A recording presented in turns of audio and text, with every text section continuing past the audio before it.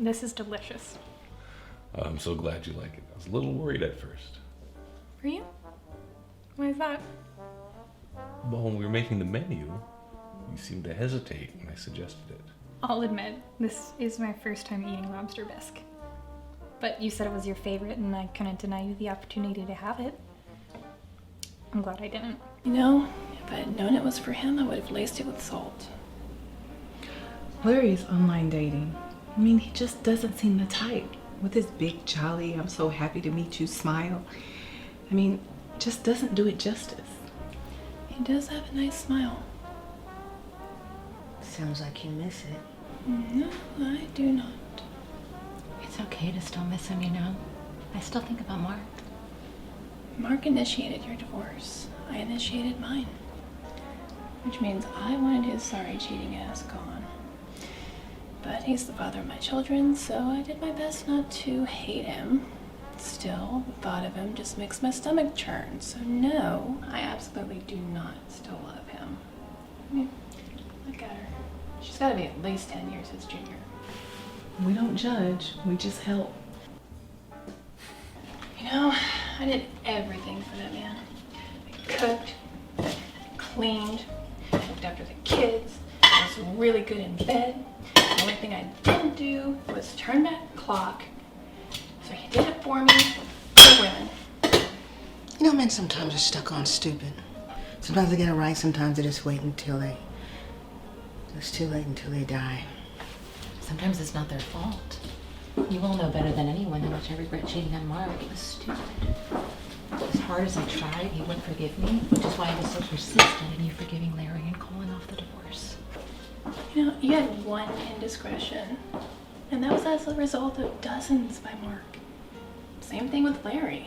I can't even count how many times he cheated on one hand. The text messages are still burned in my mind.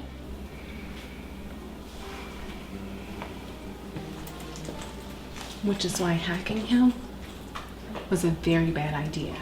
He's left with the good memories, and you're left with the bad memories to fight through the good. I hope you're both enjoying your evening so far. We are.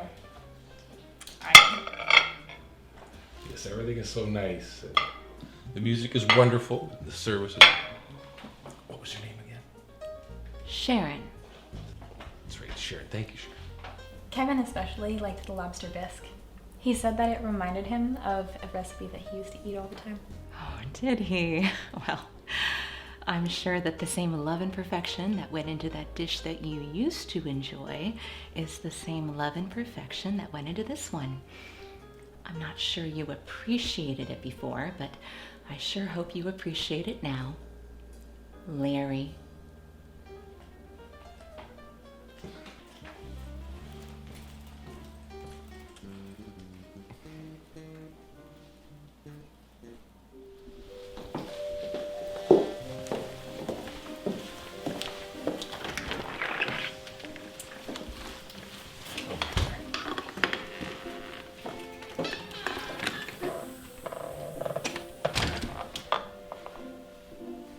Thank you.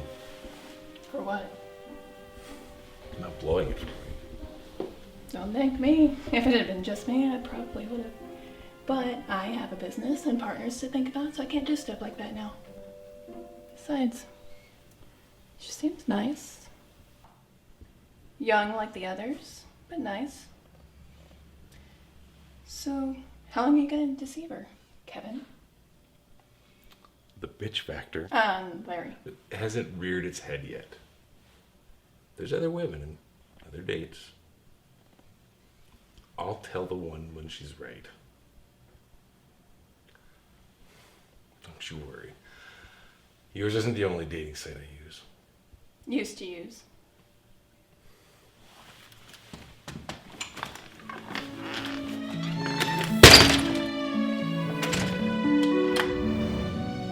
Well, that wasn't so bad.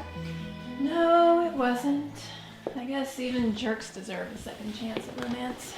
Yeah, but wouldn't it be nice if you find yours before Larry does? I am working on getting Larry completely out of the equation. Well, good for you. Hey, He seems awfully comfortable using that word. Did he call you that often? No, only when I was being fussy. Did Herb ever use it with you? No. Never. All the time. It was his word. Any chance you told him that it takes a bitch to know a bitch? What? We never vowed not to call a man a bitch. Speaking of that word, are you going to tell us how you got those margaritas all over you? Oh, are we back to that? Yeah, we want to know. Well, let's just all promise to never ever step foot in her place of business again. She was just that rude. That is not a promise I'm going to make if she threw margaritas all over you. Well, she didn't throw margaritas on me. While she was busy being so rude to me, her employee was making my drinks, one for each of us, all in our favorite colors because I was undecided on the flavors. And I was so upset and I was trying my best not to use that word that all I could think to do when he handed me them was to drop the bags. You dumped them? Oh, I dropped. Accidentally, on purpose.